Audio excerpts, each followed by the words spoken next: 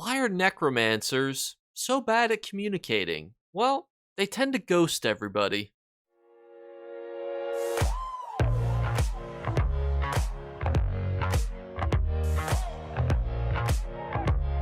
What's going on, YouTube? It is Tuesday, which means we have our Tuesday vendors. The first one, we are inside Ivea, inside the Scholarium, which is just over here if you guys have never been here before and at this part of the map.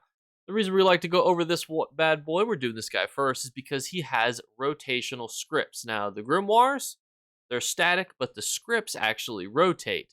And these are usually about 20,000 gold if you haven't purchased them already. So because I've already have this script, it's a little bit cheaper for me. And the first one is Defile. Now, I think Defile is a very good script to have, especially if you plan to get into PvP. Defiling somebody just adds a whole lot of extra ways that you can attack, deal extra damage to them. And overall, I think it's a really good pickup for that amount of gold. Protection is a bit finicky because a lot of times you can get protection from other places where you don't have to use, one of your scripts for it. I do think it's a good pickup, but you're probably not going to use it as much as Defile. I feel the same way about multi-target. Multi-target to me feels like if they ever let you taunt and then you go and put multi-target on it, it will be the most important script for you to ever have ever. But unfortunately, we're not at a place where that exists yet, so I think multi-target is not essential. And then we finish off, because class mastery is always here, we finish off with Crusader's Defiance, which is a pretty decent one. It's not one of the essential ones for you to have. I think that if I had to rank these in essentiality, it would be Defile, Crusader's Defiance, and then Protection, and then multi-target. And really that's prioritized if you're interested in PvP. PvE, none of these really are probably going to be used, except maybe you could weave in Defile, just make the enemies that you have, a little easier to hit harder, but probably you don't necessarily need to do so. But onto our second one. And our next Tuesday vendor is Filer Ul, which is inside the Infinite Archive, inside of Apocrypha. And because you guys sometimes will get it mixed up, he's the one that's over here all the way on the right side. He has an assortment of items for us. The first ones are our Mythic leads. The first one is the Bloodshot Oculus, which I can definitively say is not only part of a good Mythic, it's also exceptionally annoying to get. I spent so much time when it came to this lead because you have to kill Watchers, which are these little guys right here, which are very small. And you might think, oh, Jake, there's a ton of Watchers in the Deadlands, Portal, the Cauldron. There is not. The lead itself is exceptionally annoying to get, and it is part of Mora's Whisper, which I will show you guys here is a very good Mythic because it gives you crit chance, inspiration gain, alliance rank gain, alliance skill gain, and a 15% monster kill experience gain based on how many of Shalador's books you have collected. So this is one of the best ways to fully level a maxed out character if you're trying to CP grind, or you want to give this to characters to level up their crafting, alliance rank, whatever, and still have a decent bonus with the crit chance. And the only downside is that a lot of these are really, really annoying to get.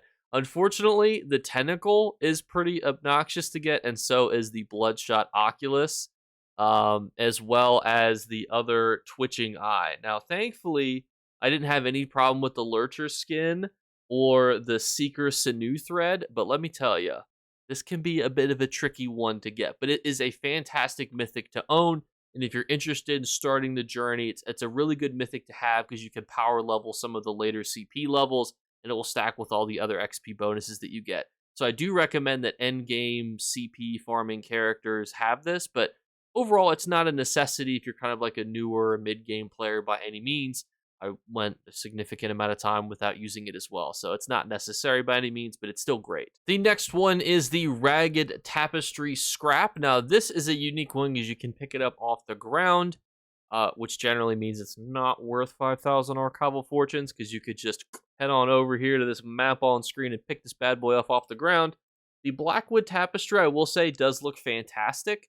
And a really cool aspect of this tapestry is that you can actually put this in multiple homes at once, and you can see it's absolutely huge. So overall, a great item, but not one that I would purchase. If you really want this, head to the ESO hub. I'll link it in the description below and go out and we'll just pick these leads up off the ground. There are quite a few, It's worth it. Next up, we have the Dummy Haas shoulder. This is a bound style page. A lot of you guys absolutely love these style pages. It is 15,000.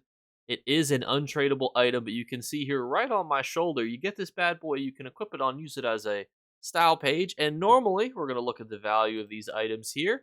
You can see that over time, this has definitely seen a significant plummet in value, which is really odd because normally I feel like you don't see quite a stark decrease. Shoulders generally see this more than helmets, but essentially we started at 5.5 million, and in today's market, we're down to about 600,000. So you would be saving yourself about 600,000 gold on PC. Ironically, on console, it's not that much less in value, but there's only like 5 or so listings. So if you like this shoulder, maybe the value may even go up because people are getting a chance to see it. It's modeled again. People are able to kind of, have it in their memory.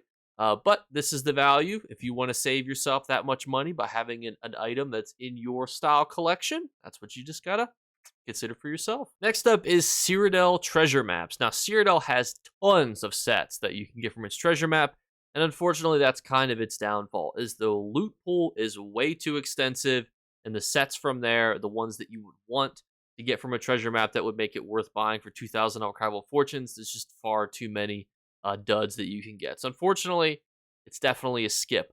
What may or may not be a skip, though, is weapons. Now, I want to use a bit of an example recently because my boy David, mentioned him a few times on the channel, he helped me out recently, and I said, I'm going to find some rare companion pieces for you for helping me out. So I went to every single guild trader in the entirety of Xbox and I found one singular companion shield that was purple with the right trait.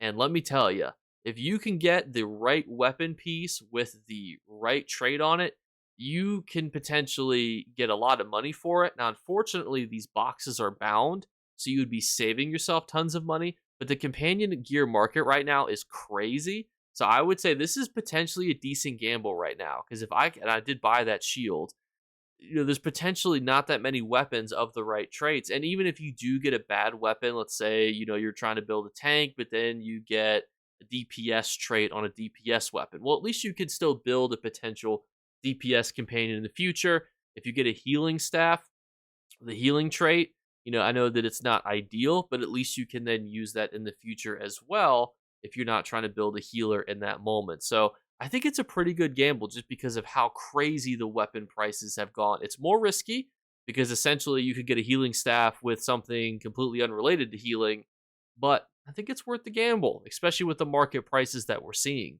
And then we have 2 beautiful books, Hermaeus Mora, The Woodland Man, and The Silver Rose Blooms Over the Border Watch.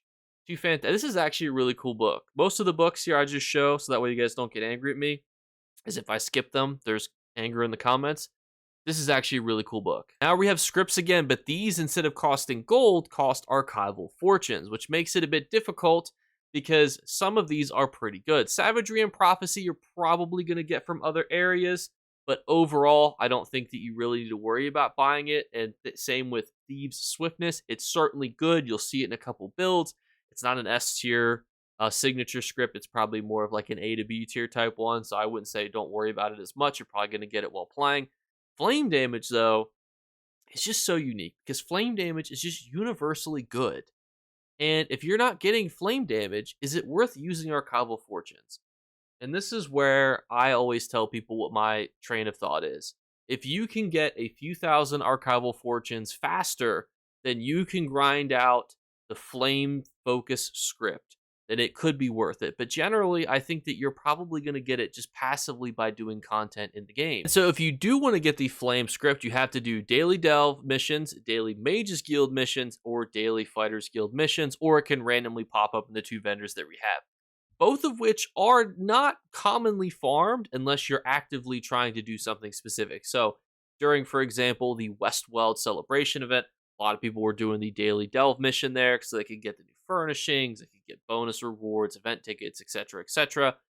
During the next upcoming High Isle, celebration event with the Bretons, people will probably be also farming daily delves to get the reward boxes, event boxes, etc. But if you're finding yourself not actively doing that stuff very often, I don't think it's unreasonable to buy flame damage. And this is just the thought process I go through every week because archival fortunes are what I would refer to as a premium currency. And it takes a lot longer to get than most other premium currencies, unless you're thinking like undaunted keys, then yeah, it's a bit different. But the costs are a little different.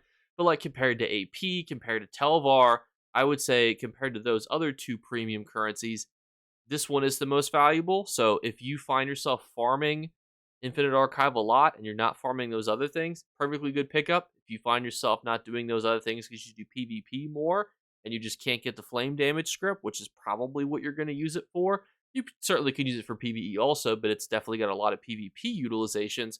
Certainly buy it as well. It's a bit complicated. These are my thought processes that I'm bestowing upon you. I don't want to make the runtime too long, so let's move on. Then we have our archival enigmas, which is our Infinite Archive face art. Then we have our fragment, which comes from a public dungeon. And then we have another fragment of the Crucible, which this may shock you, but it drops from Blessed Crucible. I've also been told that these have a 100% drop rate. I don't know for certain if it's 100%, but I will say that when I have farmed for these fragments, I have gotten them on my first try, I believe.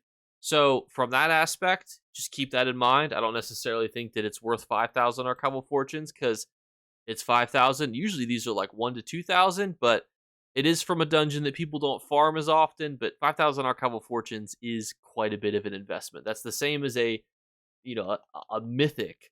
This Bloodshot Oculus I farmed probably for 6 hours, did not get it. So 6-hour grind versus maybe a 30 to 40 minute grind.